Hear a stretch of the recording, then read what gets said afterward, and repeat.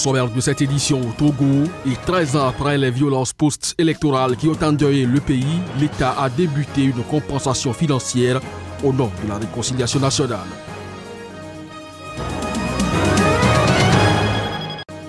Au Tchad, la parité entre hommes et femmes dans les fonctions nominatives et électives sera bientôt une réalité. C'est du moins une ordonnance rendue publique ce jeudi par le gouvernement tchadien. En Afrique du Sud, le gouvernement a entamé jeudi des changements à la direction de plusieurs entreprises publiques. Il s'agit de celles profondément endettées et gangrénées par une corruption généralisée.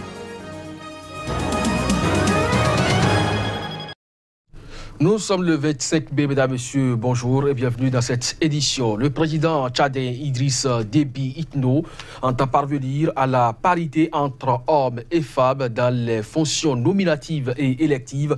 À cet effet, il a instauré un quota de 30% de candidates aux prochaines législatives, selon une ordonnance rendue publique ce jeudi. Reportage.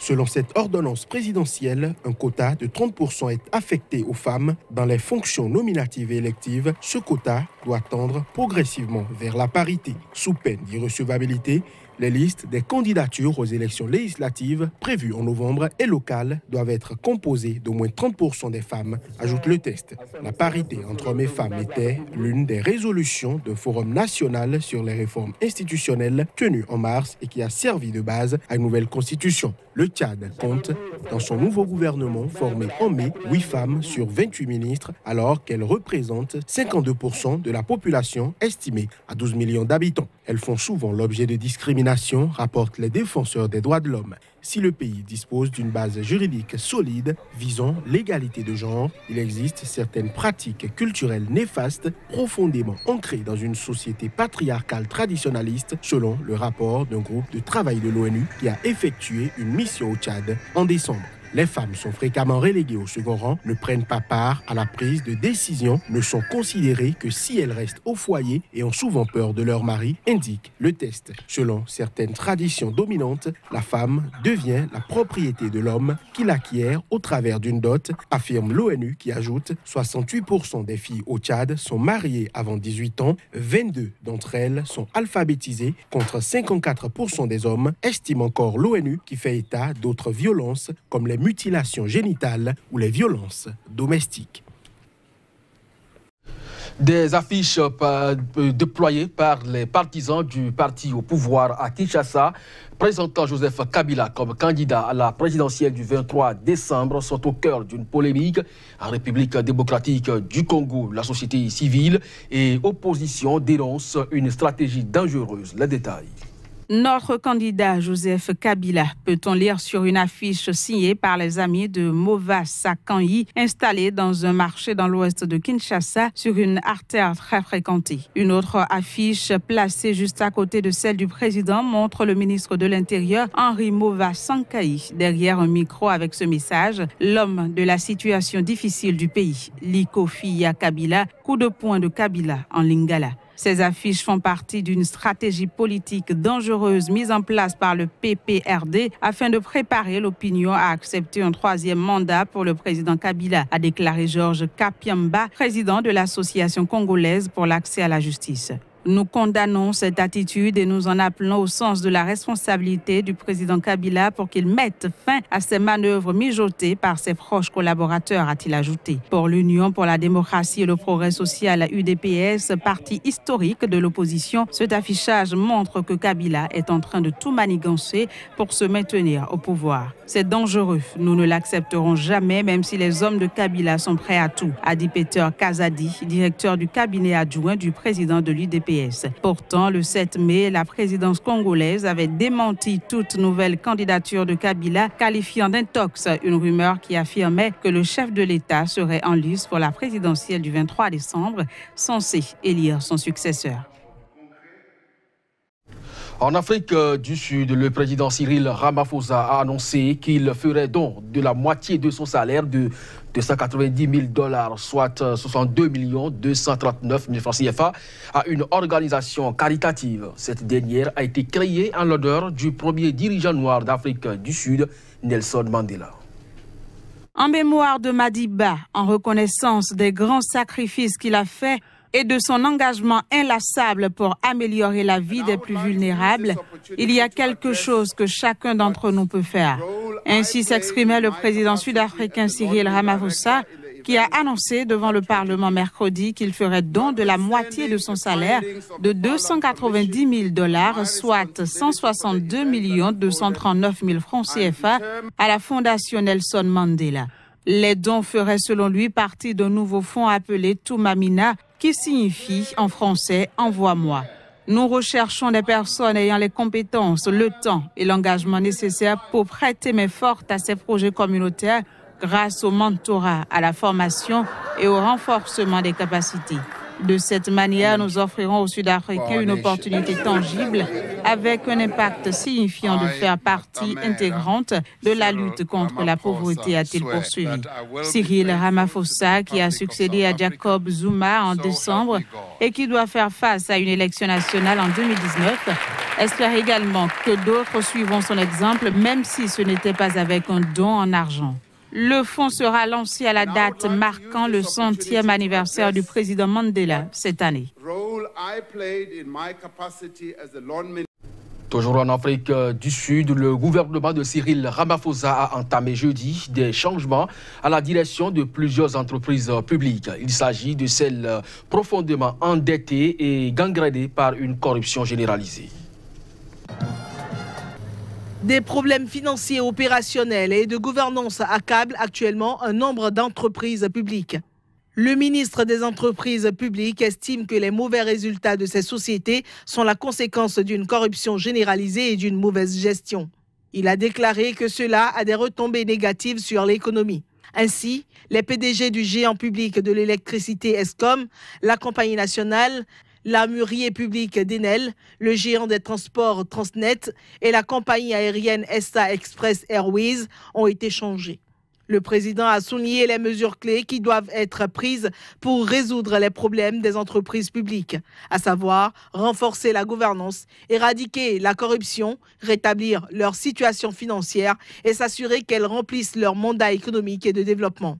Avec ces changements à la direction d'entreprises publiques, le président Ramaphosa entend lancer un signal fort aux investisseurs et aux agences de notation qui avaient dégradé l'an dernier la note de l'Afrique du Sud.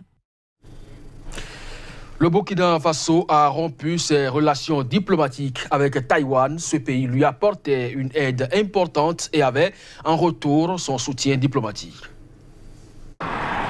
C'est le ministre des Affaires étrangères, Alpha Bari, qui a fait l'annonce jeudi à Ouagadougou. Le gouvernement du Burkina Faso a décidé. Plus de relations diplomatiques avec Taïwan jusqu'à nouvel ordre.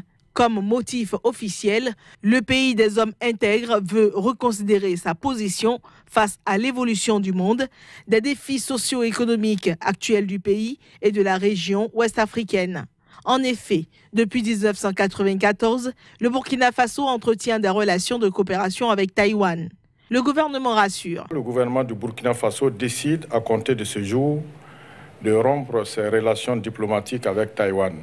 Cette décision est guidée par la ferme volonté du gouvernement de défendre les intérêts du Burkina Faso et de son peuple dans le concert des nations et de nouer le meilleur partenariat afin de consolider le développement socio-économique de notre pays et de faciliter les projets régionaux et sous-régionaux.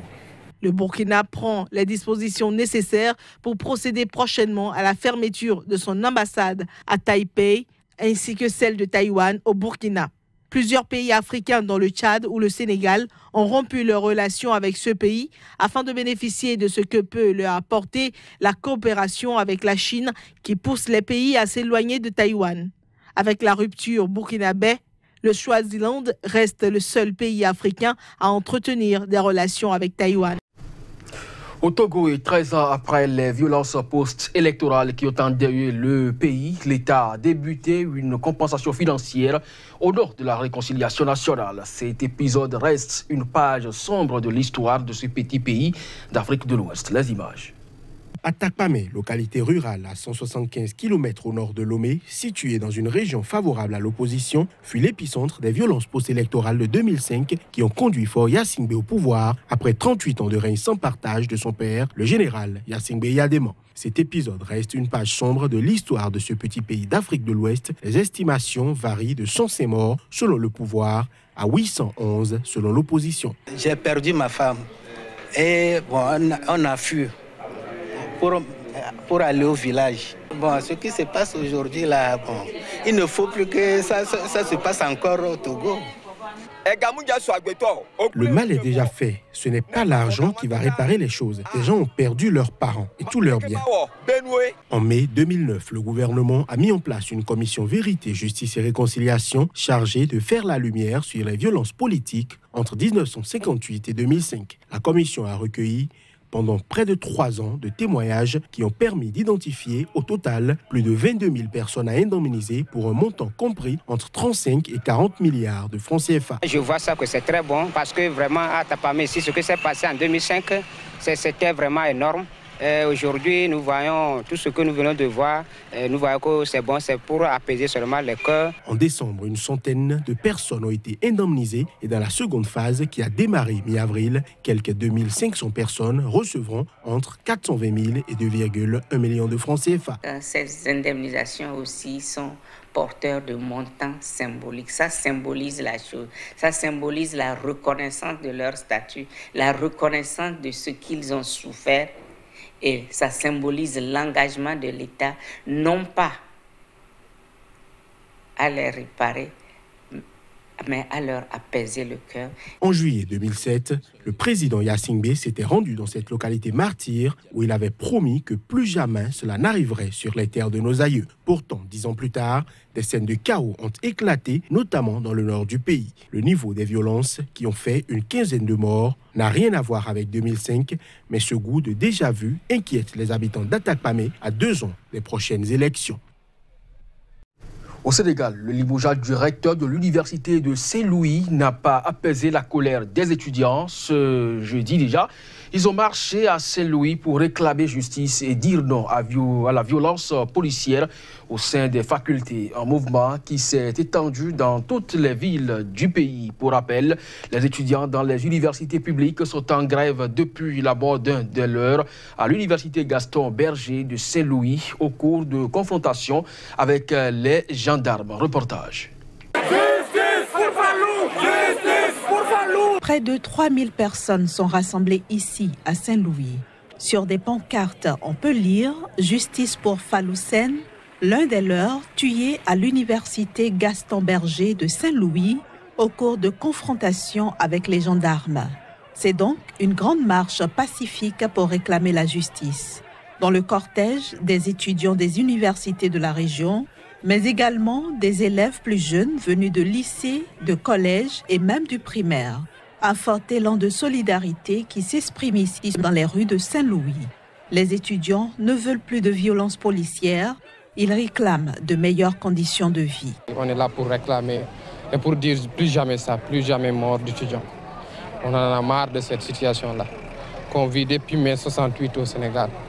On a eu la mort de Balagaï en 2000 et aussi la mort en 2014 de Bassirou Faye, mais plus jamais ça, plus jamais de mort d'étudiants. Actuellement, nous vivons une situation accablante. Nous demandons que justice soit faite et que les conditions de vie des étudiants soient améliorées aussi.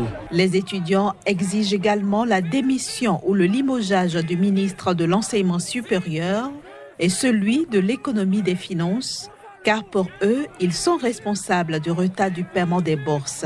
Et c'est ça qui a fait exploser la contestation ici à Saint-Louis. Sur tous les campus à travers le Sénégal, la grève des étudiants se poursuit. Elle est pour le moment illimitée. C'est tout pour cette édition. Merci à vous de nous avoir suivis. Bon week-end à chacun et à tous en compagnie des programmes de SICA.